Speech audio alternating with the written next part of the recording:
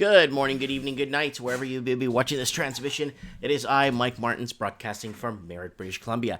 Now, I'm getting a lot of emails from people about, the housing affordability levels in Australia, especially in their major cities, especially in the only habitable cities that you could realistically live in that are not uninhabitable, with the dangerous outback and the arid desert areas and flatlands and just areas that are just very uninhabitable without proper water and facility. It's hard to live in the outback. So what's happening to the major cities along the eastern central part all the way down around to the bottom of Australia?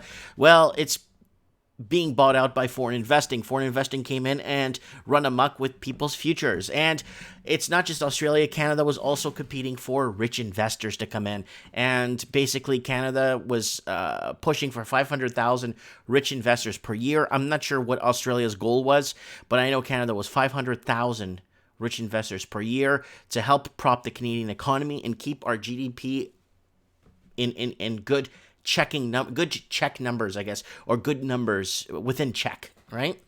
Vacant housing rates are rising in our major cities across the Australian. On census night, 11.2% of housing was recorded as unoccupied, a total of 1.1 million dwellings. With housing affordability stress also intensifying, the moment for a push on empty property tax looks like it had arrived. And the 26 census showed empty home property numbers were up 19% in Melbourne, 15% in Sydney over the past 5 years alone. Considering that thousands of people sleep rough, almost 7,000 on census night 2011, more than 400 per night in Sydney in 2017, and that hundreds of thousands faced overcrowded homes or unaffordable rents, these seem like cruel and immoral revelations.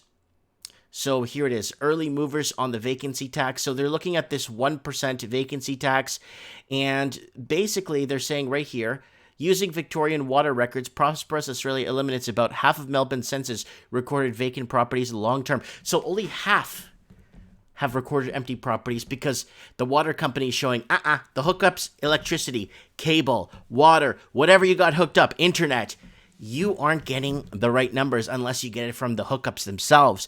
That could tell you no one's using water at this place. Our hookups are a waste of money to this property. There should be a way to disconnect hookups from a property, and then to reconnect it would cost a fortune. And then that way, when people want to leave these houses empty, they could pay a fortune to reset them up or reconnect them. You know what I'm saying? Making better use of a scarce resource. Taxing long-term empty properties is consistent with making more efficient use of the housing stock, a scarce resource. So here it is, guys. Australian Bureau of Statistics survey data shows that across Australia, more than 1 million homes, mainly owner-occupied, have 3 or more spare bedrooms. So you're having a lot of these, a lot of people living in a home, and they're leaving it 3/4 empty. And that's another problem. And Melbourne's 16,000 vacant houses uncovered. It is estimated over 60,000 homes in the city are just sitting there unused. That's just what they know of, right? So let's take realistic numbers, add another 60, and then add hookups that, if you look at the hookups, another 60. So you're looking at about 135, no more, like 180,000 empty homes. Multiply that by 3, that's how many people are displaced or living in a room with 5 other people because they could barely make ends meet. Yeah, Hong Kong crazy, rich, and mega poor, watchful Dateline story here. Around 16% of investment properties in Melbourne could be empty, according to a new report by Prosper Australia. I think it's more than that. Vacant properties, I think it's more than 16% of investment properties. It's like 80-90% of investment properties are empty. Vacant properties indicate owners are leaving residential homes unused without putting them on a rental market or up for purchase. The report analyzed that the water consumption over 1 million properties in the city found that a total of 60,000 homes used little to no water in 2017. No water usage suggested no occupant. Prosper Australia project director Carl Fitzgerald said vacancies are unethical and should not be encouraged. We grew up with this narrative that the harder you work, the luckier you are, but now economic system is rigged for landowners to buy and wait to make money, he said. They are just holding on to an asset and waiting for it to develop over time. The average house price in Melbourne is around $800,000. So in the United States, guys, that's about 670,000 US. And you know what, people? And that's just for a bungalow. That's just like for a single detached or a two bedroom condo for that much money. And there are over 24,000 homeless people in the city. 24,000.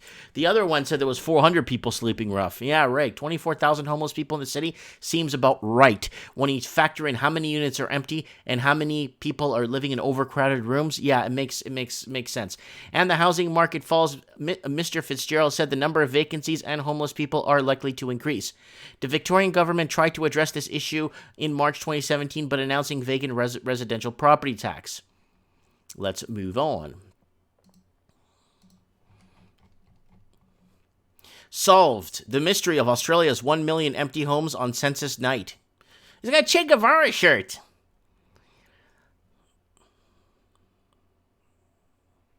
Okay, no one was home when the statistician came calling more than 1 million Australian homes, about 11.2% of dwellings, on census night on August 9th last year. Absentee landholders sitting on properties and waiting to make capital gain aren't to blame for unoccupied residents, according to the latest analysis of Census.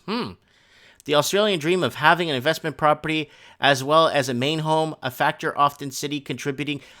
No, don't pull this crap on me. There's a lot of people, first-time buyers, that can even get into the market, and we're talking about like 40% of that city, 60% of that city can't get into the first-time home buyer market. So relax, okay? So start saying a dream of having another property, another vacant. That's bull. Sydney and Melbourne isn't the key factor. And the rise of Airbnb and potential high returns from casual letting isn't to blame, although it may be an increasing factor, but hasn't shown up yet in statistics. Analysts in SGS Economics and Planning suggest that empty homes may not be a solution to the housing crisis or a way to encourage millennials to leave their parents' home. There does not appear to be a large pool of dwellings being withheld from the housing market, says economists. Yeah, right. So here it is.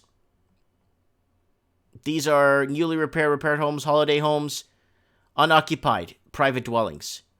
So unoccupied, you got 52,000 for sale, 110,000 rental short-term, newly completed 50,000, repairs or alterations 47,000, holiday homes 237,000, awaiting demolition 16,000, resident absent 453,000, resident absent, other 69,000, and a total of 1.39 million. So no, they're trying to smooth things over with this. We know why this is happening. And like I'll show you, Canada has done this too. It's not just Australia. Look, just so you guys can see. Here it is. It's Canada's competing. Canada wants more Chinese workers, students, and tourists, says immigration minister. Scroll down to the punchline down here. McCollum says visas have been increasing from China to about 500,000 per year. But opening more visas could help Canada compete for more Chinese workers, students, and lucrative tourist business. It's the biggest market in the world. They spend a lot of money, he said, on average $750 US per day. So this is important because Canada is in it. Canada, England, the United Kingdom, Canada, Western United States. There's real estate agents from California that fly out to China on a monthly basis with Mandarin magazine showing potential investors where they could buy up property. So it's not just Australia. So I'm not picking Australia, right? It's a lot. It's a competition. 500,000 per year. But oh, Mike, those are just temporary visas. No, but they get fast track right here. McCollum said for attracting international students from all countries, including China. He says liberals want to give international students an advantage. Hold on. They want to open more visa offices to fast-track more people into permanent residency. If they are permanent residents, we cannot require them to stay anywhere. We have the right to live anywhere in Canada. I'm just trying to find, where is it? They're trying to set up more visa offices. with our tax dollars to fast track more wealthy people to come into the country. But what happens to the locals that get there? They get completely bought out. Look what's happening in Melbourne. Look what's happening all across New South Wales. Look what's happened to Hobart. You got the average $140,000 home in Hobart. Now it's like $300,000. So, and like Perth hasn't moved. Perth went through its mining boom, and now it's completely underwater, and it's going through its 20th quarter or 23rd quarter of downage. And here it is. This is what they did. Oh, a 1% tax? Watch this. Vacant homes are a global epidemic, and Paris is fighting it with a 60% tax. The runaway real estate speculation has been filing global capitals in vacant homes, creating artificial shortages in the world's most sought-after cities. The shortage has made local homeowners wealthy overnight, right? Like your friends at parties. I'm rich, I own a house. But it comes at the cost of turning lively cities into empty shells. Look at Vancouver, look at Sydney, look at Melbourne, look at San Francisco, look at Los Angeles. It's turning into empty shells. The city of Paris has decided it's had enough and implemented a tax in 2015 that didn't quite get the results they wanted, so they're now tripling to 16%. Paris has been trying to deal with vacant home property owners for some time, despite warnings that the city will take action. The number of vacant homes is growing to 107,000 vacant homes, repressing 7.5% of all residential dwellings in the city, according to Francis Inisi. Deputy Mayor Ian Borserat told Le Monde that 40,000 of those vacant homes aren't even connected to the electrical grid. 40,000. Local developers argued that new construction is the solution. No, it's not. That's what they've been telling us forever in the West. Local construction, more building. It's not. However, Borserat argues in a city as dense as Paris, where it is difficult to build, controlling occupancy of housing is strategic. It appears the city believes to have 107,000 reason to construct. Construction is not a solution. So here it is. Building up is not supply and demand is never the solution. They've been shoving it down our throats for the last 4 years, and it's a lie. There it is. Vancouver, look at Sydney, 118,000 homes. Vancouver, 66,000. Los Angeles, 213,000. Look at that. It's all, see? Paris vacant tax increase. There it is. Percentage-wise, you see? Paris, 107,000 empty homes might seem like a lot, but it's becoming strangely normal around the world. New York City, it goes to London, Sydney, Melbourne, everywhere. Everywhere is grappling with this, turning these cities of lights, glitter, and sound into an empty shell.